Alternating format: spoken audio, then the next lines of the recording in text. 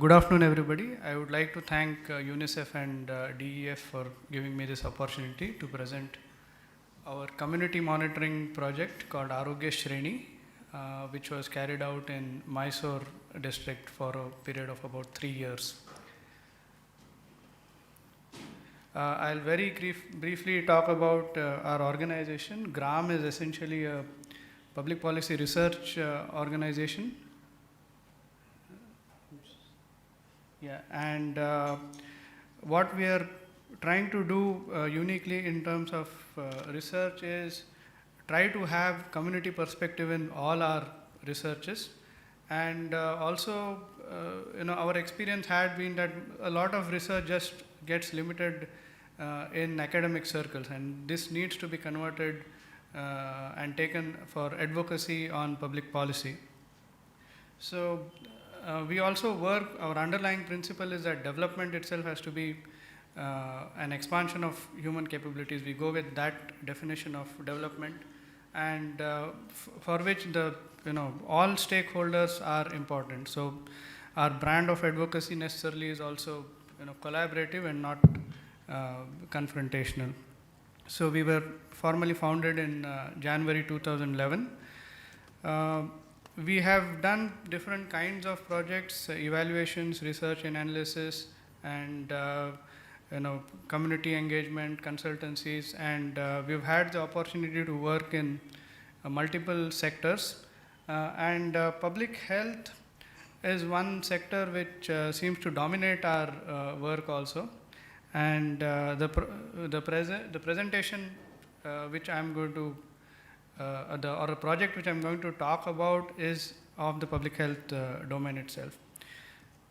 So Arogyashreni, the name kind of Arogya is health and Shreni is ranking, essentially was a project to rank the primary health centers in Mysore district and use the community's inputs to rank them. As I had mentioned in the comment earlier, the National Rural Health Mission mandates various committees at the village level, at the PHC level, at the sub-center level, and so on. So, and we kind of took upon ourselves this project of empowering the communities to monitor. We had some ideas of there are very subtle differences between what community participation means, what community monitoring means. NRHM also says that community should handle funds, which is essentially a governance issue. So our community is really able to do that. And in this project, we did for the community inputs, we had the intervention of mobile technology. So essentially, we were seeking some answers. One, do communities have the capacity to monitor something as which is perceived as technical as health? And can rural communities use technology for monitoring? And whether this community participation in monitoring, can it even lead to any changes or improvements in PHCs? There were kind of different stages in the project. We can broadly divide it into 5 blocks. First, kind of the internal preparation for the project, the development of tools, questionnaire, software, and so on. And at the same time, we had to go out there in the community. We had a trained field team who would interact with the community. The monitoring and the planning and monitoring committee at the PHC level was the committee which were the respondents for this project. Many times it so happens that many committees are on paper, they are not really activated. So at quite a few places we had this task of even activating those committees. And then, then you had to train them on monitoring. So for this we had developed questionnaires. We got in a lot of stakeholders together, PHC doctors, some public health specialists, the ASHA workers together, and prepared a set of questionnaires.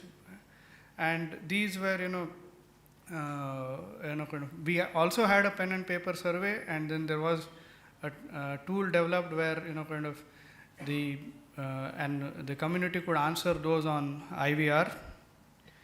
And internally we use this for ranking the primary health centers, which was one of our main goals.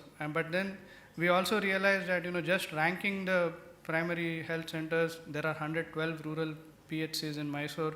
Just ranking them 1 to 112 doesn't really serve anything. We categorize those rankings into RCH services, into infrastructure, into other services, say, such as availability of medicines. So what happened as a result of that is that the health department at the district level could even see, okay, which PHCs are performing poorly, or which taluk PHCs are performing poorly in infrastructure, or who is offering better delivery or maternity services. So we were able to, get a very comprehensive database of what are the facilities of PHCs at various levels. And then this ranking was also disseminated to not just the participants of the project, but to the doctors, to the taluk health officers, the district health officers, even the elected representatives. Even the local MLA was very keen on, kind of seeing these ranking cards. And then, the project organically went a step ahead, where, we were also facilitating advocacy for change. Why I say this, that it organically went ahead, is because advocacy for change wasn't so much in the plans, in the initial plans of the project. What happened was, when community was answering these questions, and they were writing no for, okay, do you have anti-rabies vaccine? No. I mean, you do that month after month, then you get a little restless. Okay, now what do I do about changing this? And it was the community's idea that, okay, let's mobilize people together and let's do something about it. I'll talk a little more about that in the further slides. And this is what that small arrow indicates. Although maybe the plan A was to finish with dissemination, and we were inspired by the community to go ahead and facilitate advocacy process. And the central block is where the use of mobile technology came into picture. So so we had pre-registration of phone numbers to accept survey responses, and then the community was calling on a toll-free number. Then we had used a software called Asterisk, which converts any basic computer to a voice communication server, where we stored the data and we were able to retrieve it through the web interface. And then ranking of PHCs based on weighted averages. We had evolved through this project. When we started off with the project, we kind of had equal weights for all sorts of questions. And then we thought, okay, some questions are more important than the other, which indicate the quality of service. So eventually we moved on to weighted averages. And then we used SMS blast to disseminate the ranking information. So when we began, we started with 79 questions, and then which was, in a subsequent phase of the project, we reduced it to 36 questions. They needed binary inputs, press 1 for yes, press 0 for no. And in a subsequent phase, we even had numerical inputs. Okay, what is the OPD rate of your PHC? And then communities were answering those with numbers. So I've already said that there are 139 PHCs in Mysore. We left out the urban PHCs.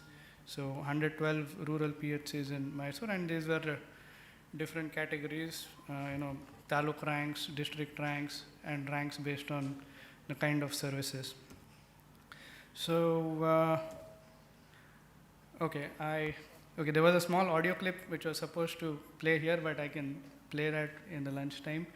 So it asks a question, something like, does your doctor come to the PHC every day? And you answer yes or no.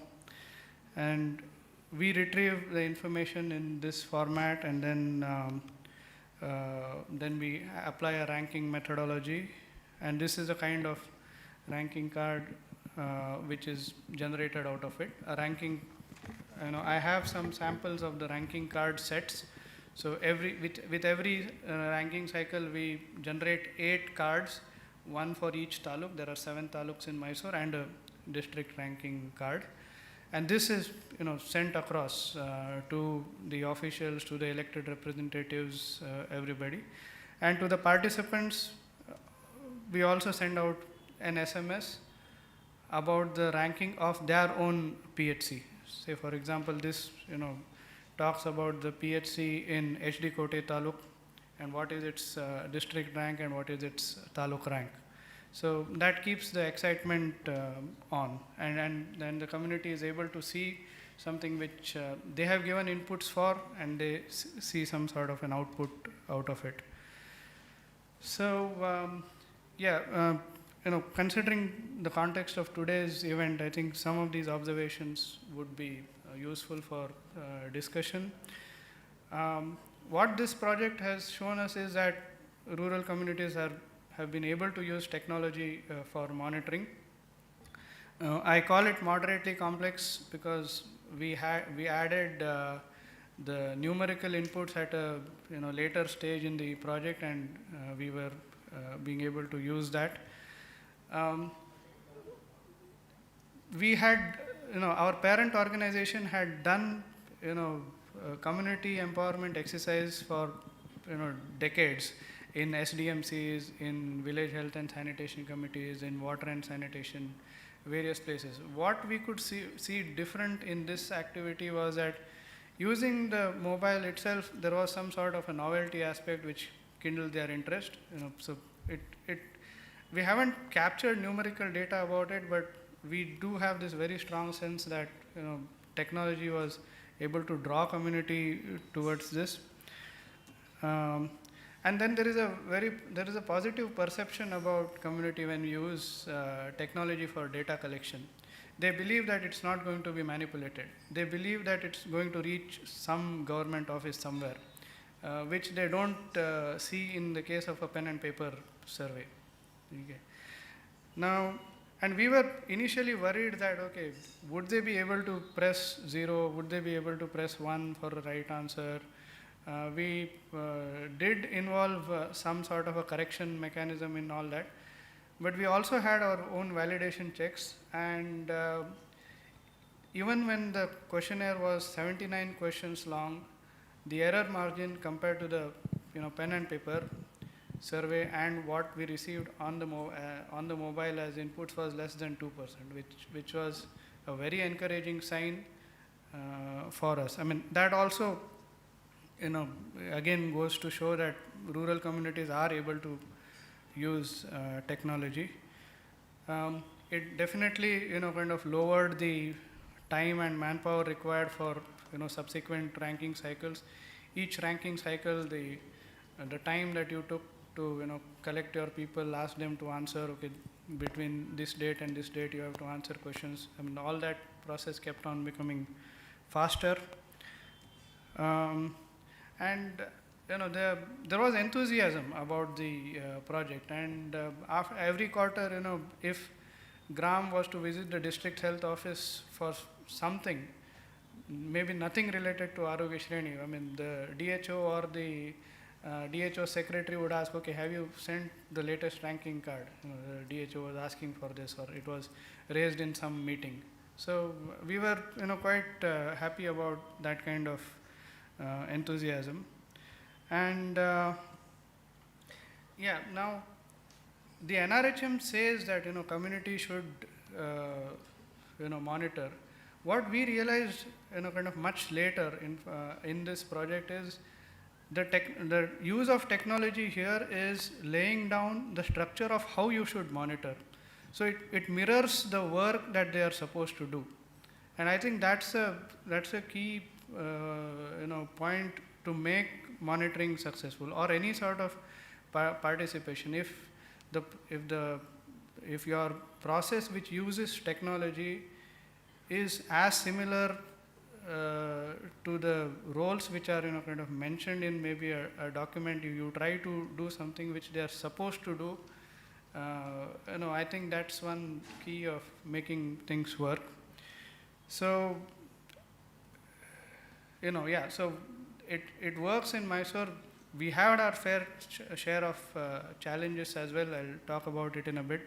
But apart from monitoring, we had also a third question: can this participation in monitoring lead to change? And that's where that's what makes us happy about this project.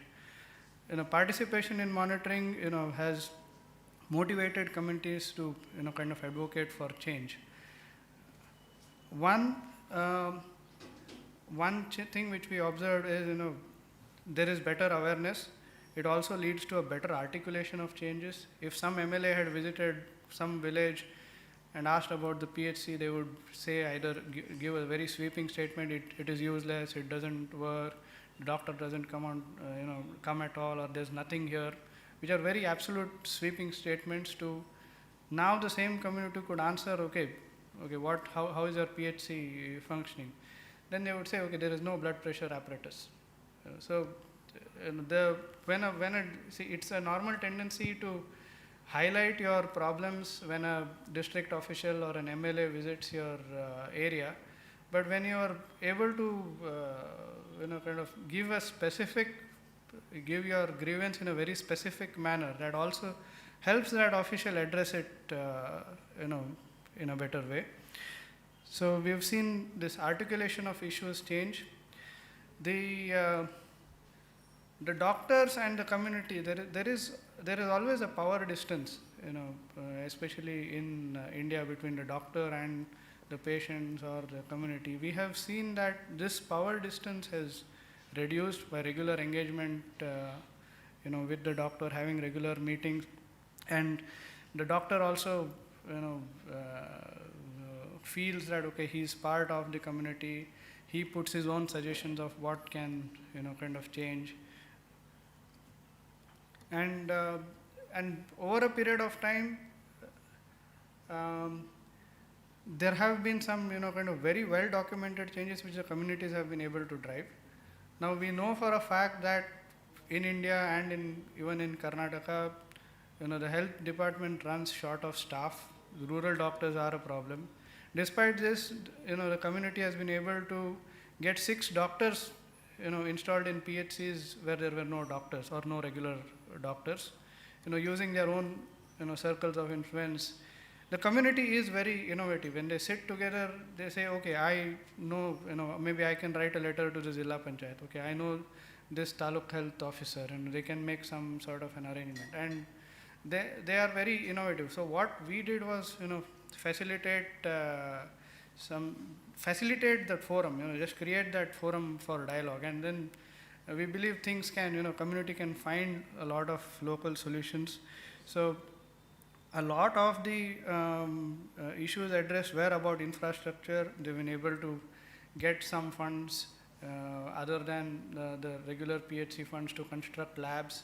And there are changes which, kind of go beyond the PHC also. Now, we've had examples of, the community members saying that there's a place called Sargur, which also has a private hospital, and the PHC.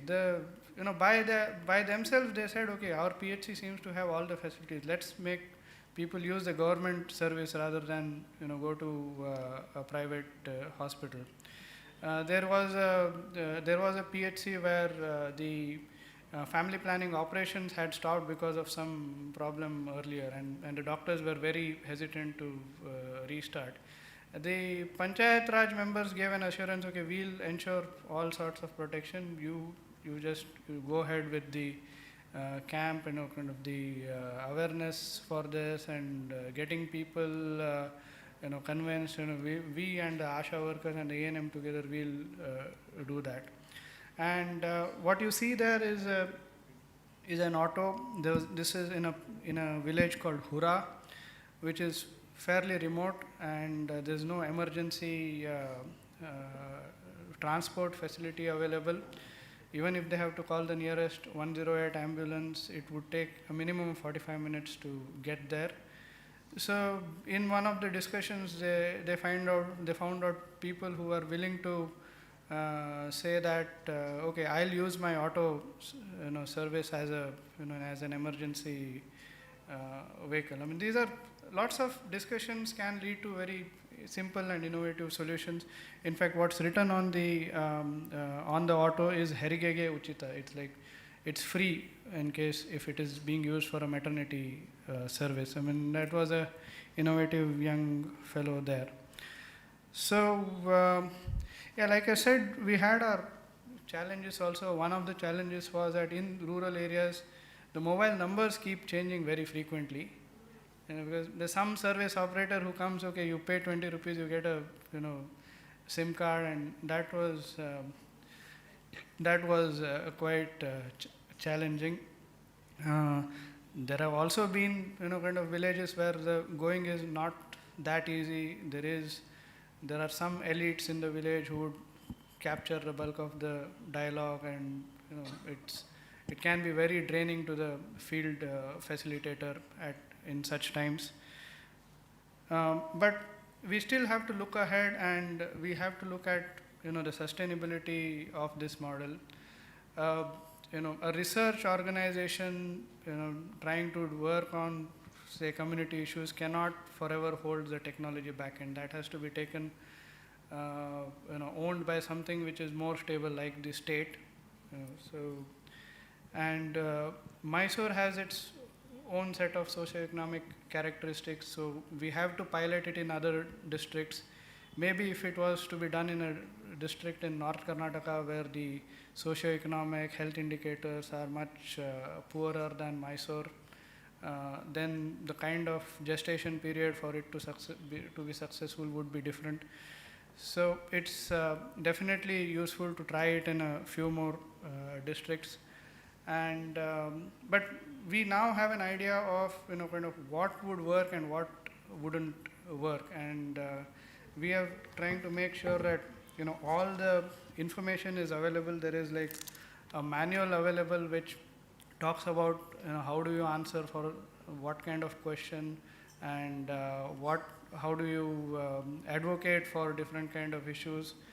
Then we also kind of came out with a compilation of the narratives of the field facilitators. These are very rich, about the day-to-day challenges they face. And one observation over a period of time we have is, if community monitoring can work in something like health, it can definitely work in other sectors like PDS and education, which these are sectors which people in general relate much better to. And we had this small discussion about the participation of women. Now these 5 respondents per PHC, which also has women in them, suddenly there is something which makes them feel equal. Now the 5 members from the committee which are chosen as respondents, there could be a Dalit woman, there could be a Gram Panchayat vice president, there could be somebody who's traditionally known to capture voice in a discussion, but answering the questionnaire makes them kind of feel equal. Though we haven't scientifically captured that, I think in a very subtle way it does bring some sort of an empowerment. And I was having this chat with a friend here, and what we saw in the project also, in the second half of the project, the women respondents started using their own phones, while in the first half of the project they used the mobile phones of their husbands. And I would very much agree with the gentleman who had said in the morning that even in Karnataka, or at least in Mysore, it is people who own phones and not households. So that's the difference we have from say northern India, so which is true in Mysore also. Now I wouldn't say that Arogyashreni made them buy their own phone. There would be a lot of other environment factors, but maybe there are these kind of subtle things, qualitative things, which have led to these changes. there are, it also has broken down barriers among stakeholders. I mean, this is something we have to look at largely, I feel. A minister or an IAS officer is, sitting maybe in his, building, in his ivory tower, but, the mobile phone can break through all security and protocol. So, and this has happened, so the doctors, the PHC doctors are supposed to disclose their mobile numbers to the community. And no matter, how many compounders he puts around you, you can break the barrier through the mobile phone and reach the stakeholder. The same holds good for a Zilla Panchayat office or for a minister or a secretary. I mean, it holds good for an advocacy organization like us as well. If we have to reach the minister directly or something like that. So, mobile phone as a barrier breaker, I think should be studied and explored further. So, and yeah, I would kind of end with the comment with which we started the day. It's a mobiles penetration is so high. It has to be. We'd rather use it for development than ignore it. I mean, and it's something which we use daily. I will leave with one quote by Ralph Nader, who says there can be no daily democracy without daily citizenship. So let's use mobiles for our daily citizenship. Thank you.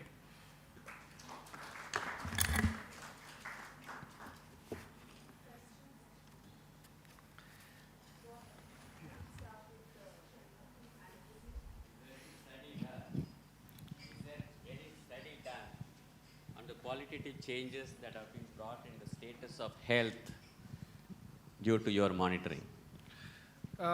See, our project ended this March. We ourselves plan to go back to the community at various points, maybe after 6 months, to see if the committees are still working. But if your question relates to health indicators of a district or a taluk, no, there's no study done.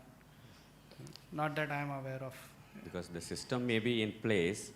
You may divulge the numbers of the PHC members and the minister's number, but still they may call, but the cell phone may be switched off. The PHC nurse, she may switch off the cell phone. That's a system that we see. Right. So how do we monitor that? That is another problem that we have. I do not have a direct answer to this, but mobile phones also let us know very easily how many times it has been called and how many times it has been switched off. So we can have data of how many times the minister was not reachable. I don't know if that I know it doesn't answer your question per se.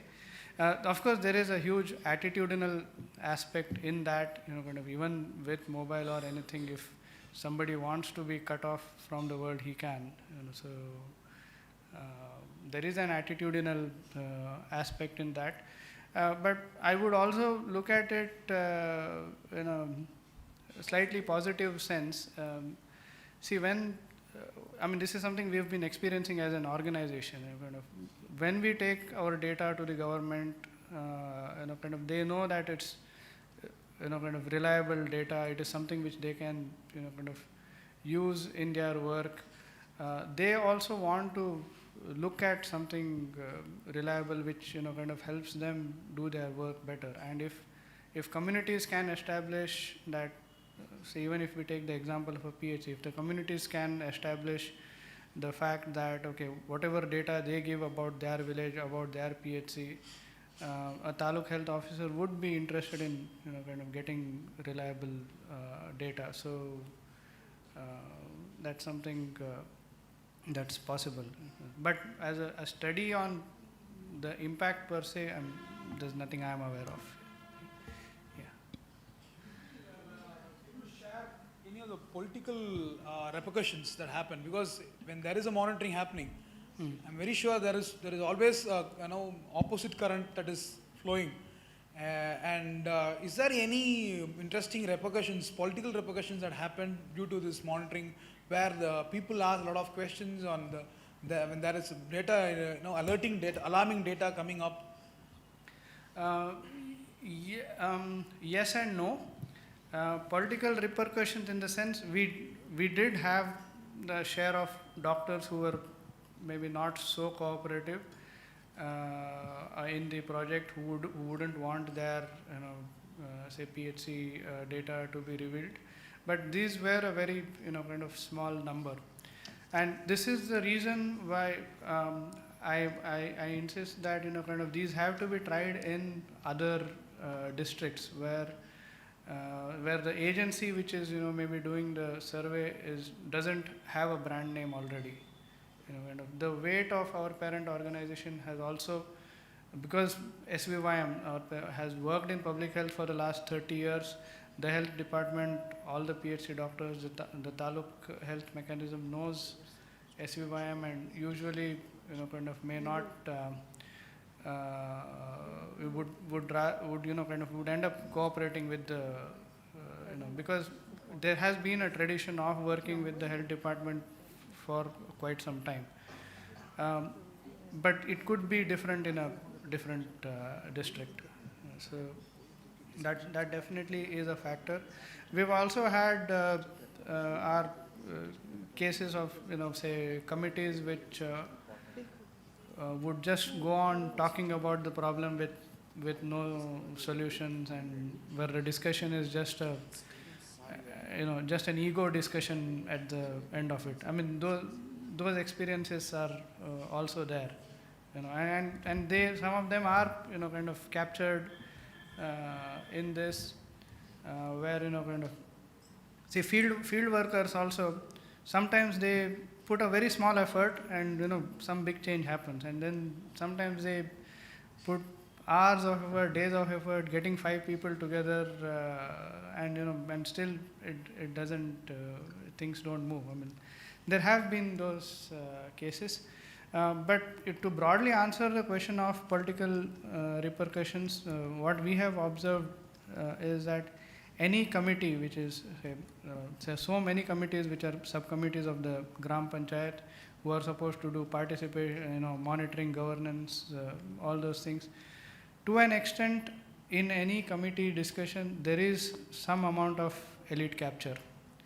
For example, if the committee has to decide about how 75,000 rupees on a PHC has to be sent, there will be a bunch of elite within that committee who will kind of dominate that discussion, and so absolute breaking down of that elite and an absolute democratic discussion is something very difficult to see. We have to take that into account, and at least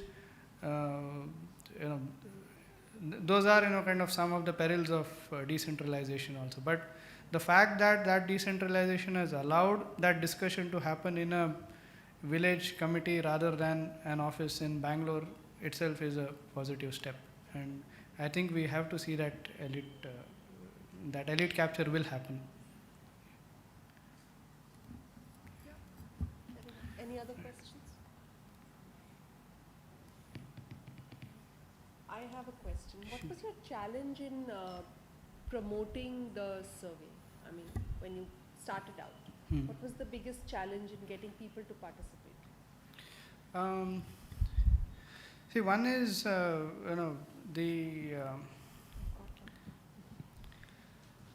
there is a slightly roundabout answer. There is, when it comes to a rural citizen, we expect a very high level of citizenship among them, to be part of this committee, to monitor this, to monitor that. Whereas I am, an urban citizen, I don't even know when the Lok Adalats happen, but I do get power and road and, everything. But, a rural citizen has to, kind of fight for that, fight for practically everything. So that's, that is a challenge, that, you need something as basic as health, but, and so you can get that if you activate this committee. Getting over that is, is a difficult part.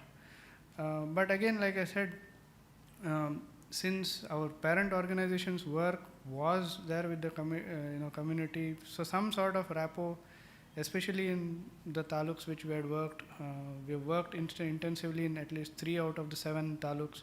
So that kind of eased in our case. And when we started off, we started with the village health and sanitation committee.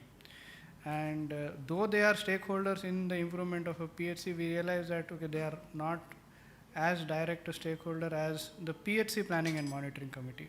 So we had to shift that.